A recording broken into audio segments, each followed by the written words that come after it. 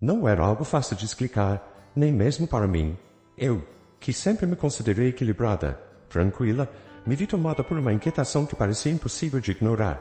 Miguel, meu filho, meu menino alegre, agora hesitava ao meu lado como se buscasse refúgio. Os olhos dele, antes sempre prontos para um riso, pareciam mais vazios. Ele evitava me olhar diretamente, como se tivesse algo a esconder, ou temesse que eu pudesse enxergar além do que ele queria mostrar. A primeira vez que percebi foi quando busquei na casa de Dona Helena, minha sogra, onde ele passava as tardes enquanto eu e Marcos estávamos no trabalho. Helena era uma presença sólida na nossa vida, rígida, sem dúvidas, mas quem sou eu para questionar a mulher que criou o homem com quem me casei? No entanto, algo se alojou em mim naquela tarde, uma sensação amável que me deixava desconfortável. O olhar dela, afiado como lâmina, seguia Miguel até a porta, e ele, com os ombros encolhidos, se agarrava minha mão com uma força que eu não conseguia ignorar. Ainda assim, tentei. Ah, como eu tentei? Não é nada, eu repetia para mim mesma, ainda que meu coração implorasse para ouvir mais. De início, atribui as mudanças de Miguel a alguma fase, aquelas que falam nos livros, onde a criança se torna mais introspectiva ou sensível. Mas, naquela noite, ao colocá-lo para dormir, ele se encolheu quando toquei seu braço, e vi ali, em sua pele pálida, uma marca avermelhada, quase um beliscão. Eu me preparei para perguntar, mas ele evitou, desviando o olhar, como se a própria ideia de responder lhe causasse dor. Marcos, meu esposo, estava sentado no sofá, mexendo no celular, sem perceber o mundo ao redor. Eu me aproximei, tentando formular as palavras sem soar paranoica, mas quando finalmente abri a boca, senti um aperto na garganta. Marcos, você já notou algo diferente no Miguel ultimamente? Perguntei, tentando soar casual, mas até eu pude sentir a hesitação na minha voz. Ele ergueu os olhos, confuso, e riu, como se eu tivesse acabado de contar uma piada que só ele entendia. Amor, não começa. A minha mãe é dura, você sabe. Foi assim comigo e olha como eu saí.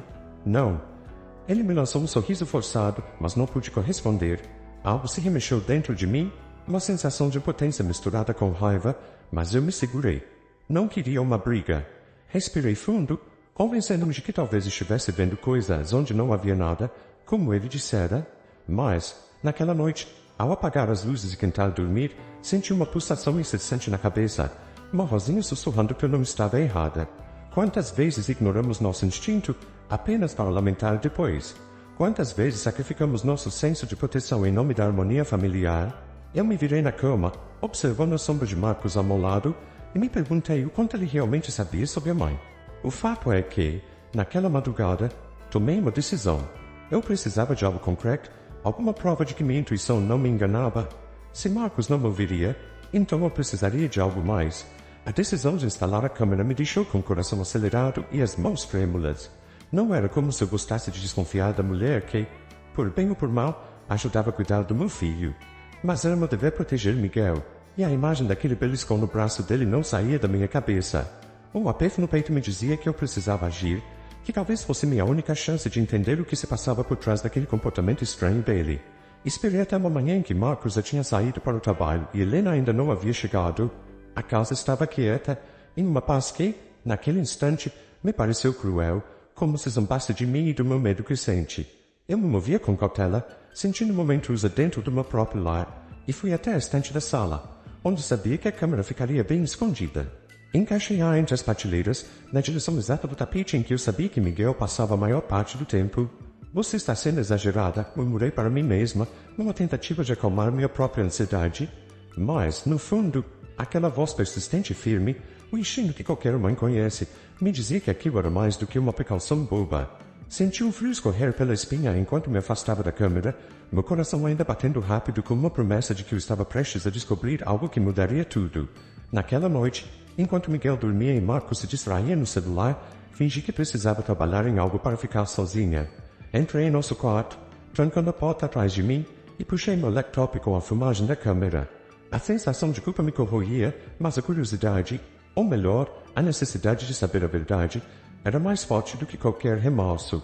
Com as mãos suadas, apertei o play. Nas primeiras imagens, nada parecia fora do comum. Helena entrou pela porta, agitando a bolsa no ombro com sua postura firme de sempre. Miguel brincava sozinho no tapete, empilhando blocos coloridos. Ela se aproximou dele, Agachando-se ao seu lado, observei a cena com uma mistura de alívio e tensão, pensando que talvez eu tivesse me enganado. Mas, então, algo mudou. Helena se inclinou mais para perto de Miguel, e o sorriso que eu vi em seu rosto tinha algo de desconcertante.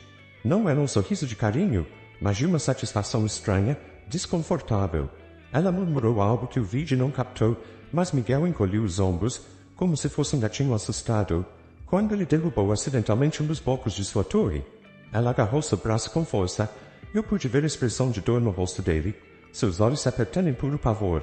Minha respiração falhou, e eu pausei o vídeo, como se pudesse congelar aquele momento e não deixá-lo mais avançar. Eu estava com medo do que viria em seguida, mas a verdade já se insinuava, clara como uma ferida aberta. Respirei fundo e apertei o play novamente. Helena agora segurava Miguel pelos ombros, sacudindo com uma rispidez que eu nunca imaginaria nela. Olhe para mim, Miguel. Criança mimada, eu conseguia imaginar as palavras, mesmo sem ouvi-las.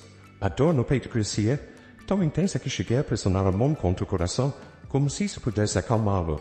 Aquela mulher, a avó do meu filho, o tratava como se ele fosse um boneco que ela pudesse manipular e dobrar ao seu gosto.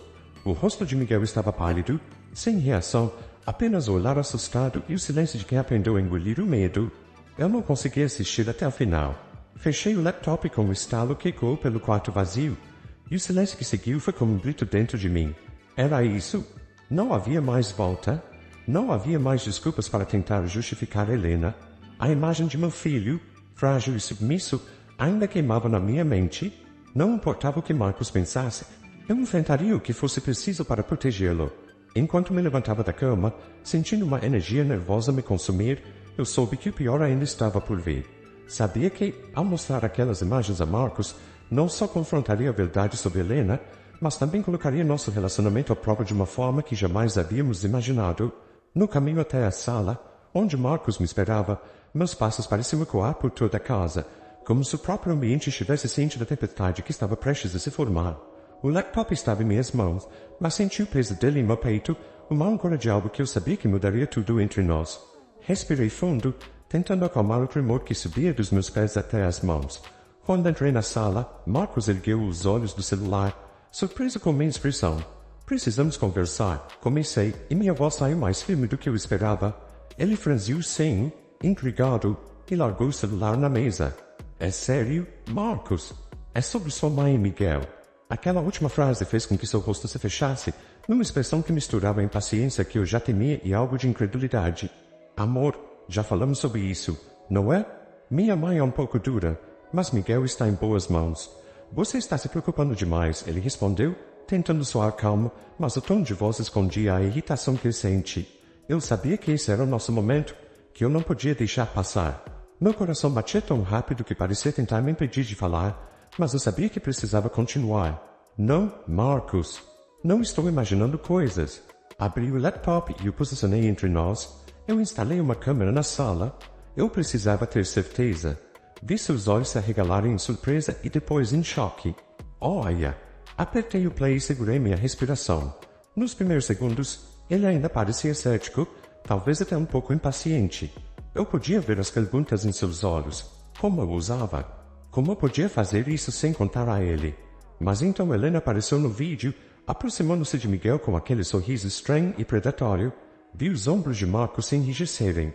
Quando ela agarrou o braço de Miguel com força, sacudindo enquanto murmurava algo que a câmera não captou, percebi o momento exato em que a expressão dele começou a se desfazer.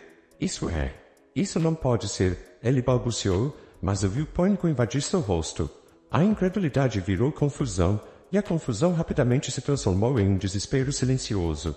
Naquele momento, eu senti que ele finalmente começava a entender o que eu tentava explicar há tanto tempo, mas não havia alívio em perceber isso. Só uma dor profunda, uma angústia cortante. Eu tentei te contar, Marcos, mas você se recusou a ouvir, sussurrei. E não era uma acusação, era uma confissão de mágoa. Eu queria que ele soubesse o quanto isso tinha me custado, o quando eu tentava proteger nosso filho sozinha porque ele não conseguia sequer considerar que sua mãe pudesse ser capaz disso. Ele engoliu em seco, incapaz de desviar os olhos da tela, onde Miguel agora se encolhia enquanto Helena apertava seus ombros e sacudia, forçando a olhar para ela com aquele mesmo olhar aterrorizado que eu vira tantas vezes.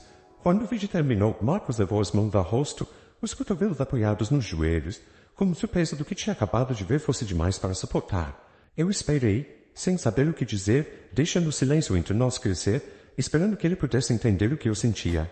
Mas então ele me olhou, e eu vi o arrependimento e a dor. Clara, eu não fazia ideia, nunca pensei que ela. Sua voz saiu fraca, quebrada, e eu soube que ele estava sendo sincero, mas ainda assim, isso não apagava o que ele tinha permitido. Eu senti uma onda de tristeza, uma dor tão profunda que quase me fez desabar. Como você pode ter defendido ela sem nem ouvir, Marcos?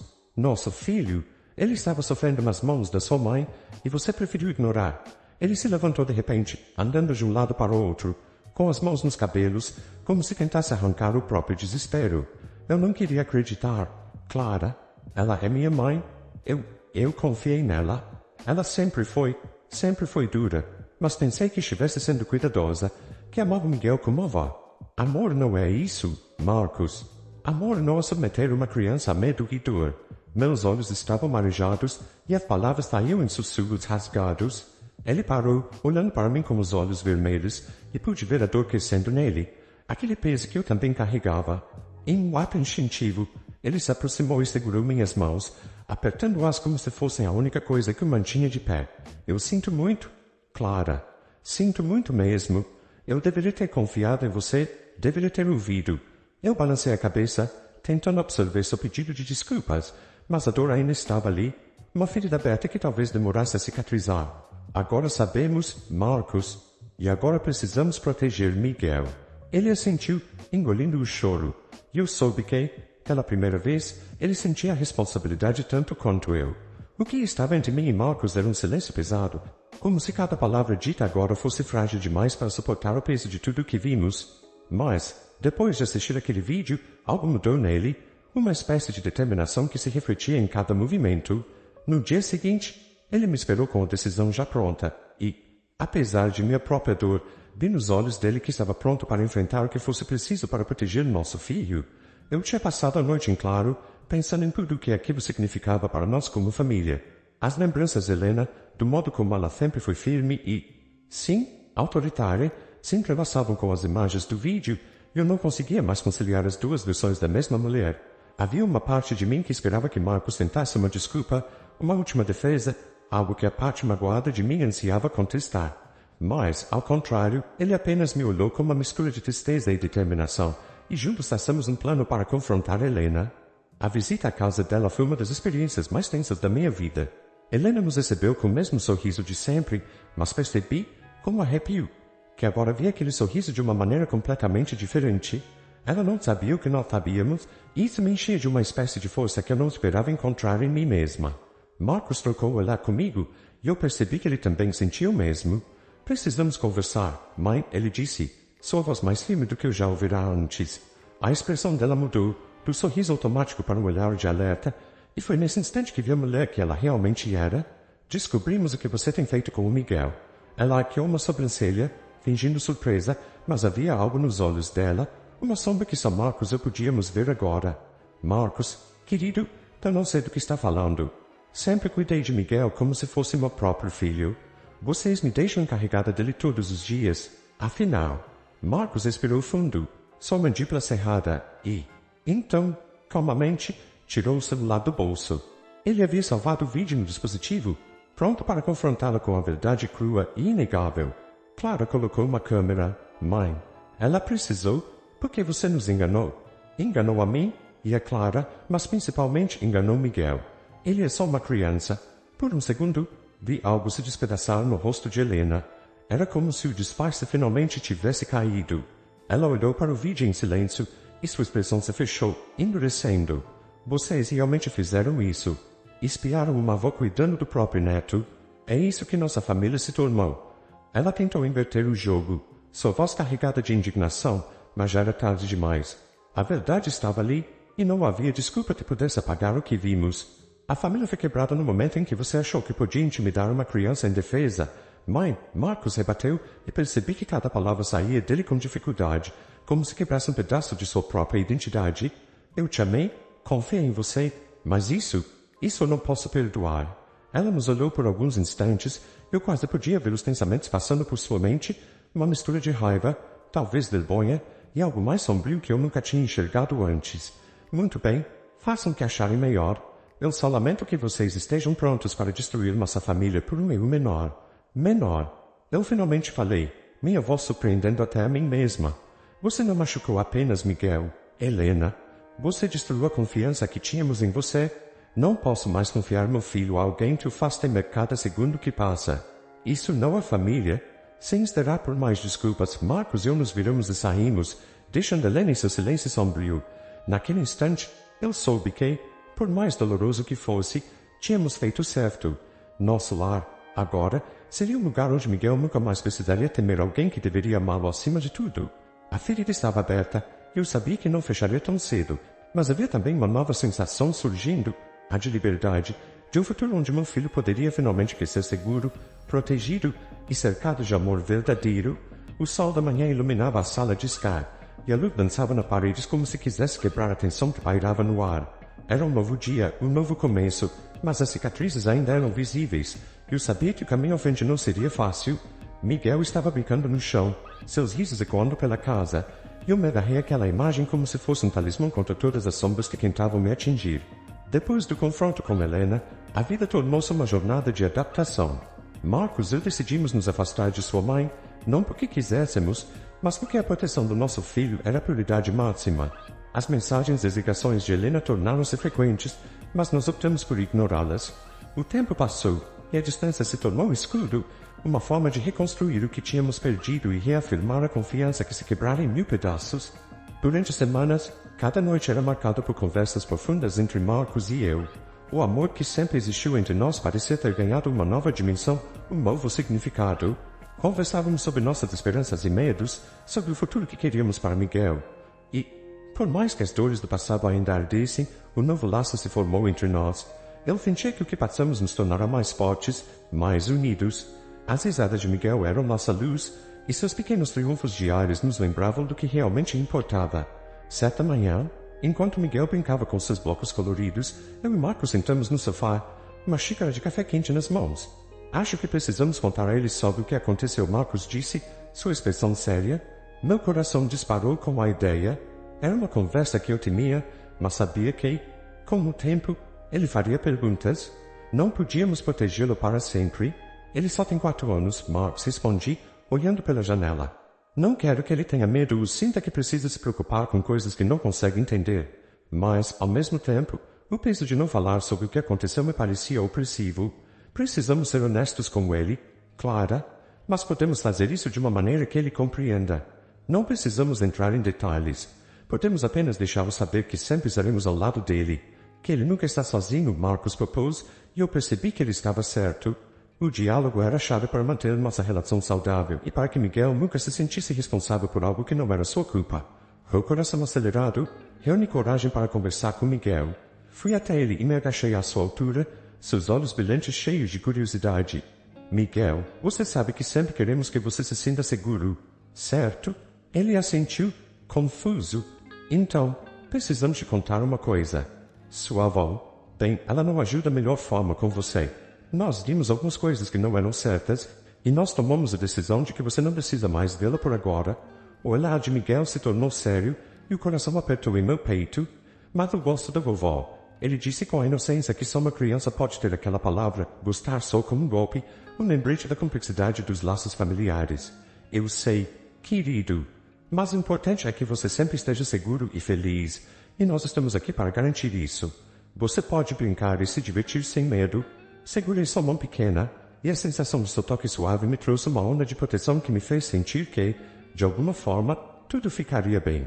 O tempo passou, e Helena foi se tornando uma sombra distante. Suas tentativas de entrar em contato foram ignoradas, e um dia, as ligações cessaram. Marcos e eu decidimos focar em nossa família, em criar um lar cheio de amor, riso e segurança. O que havia sido uma fonte de dor se transformou em um espaço onde Miguel poderia florescer, livre de medo. Enquanto observava meu filho brincar, lembrei-me da primeira vez que o segurei nos braços. Ele era tão pequeno, tão vulnerável, e naquele momento percebi que ser mãe significava enfrentar qualquer tempestade, não importa quão forte fosse, e nunca desisti de proteger meu filho. Eu também me tornei mais forte. Cada lágrima, cada discussão, cada noite sem dormir tinha valido a pena. Havia um poder na escolha de defender quem se ama, e eu sabia que havia conseguido isso. A vida seguiu, e mesmo quando os desafios apareceram, estava pronta. Havia construído um novo entendimento do amor, da confiança e da coragem, e tudo isso era mais valioso do que qualquer laço de sangue. No final das contas, o que importa não é o que você enfrenta, mas quem você tem ao seu lado quando a tempestade passa. E agora, ao olhar para Miguel e Marcos, meu coração estava pleno, preparado para o que viesse a seguir. O recomeço estava diante de nós, e a esperança iluminava nosso caminho.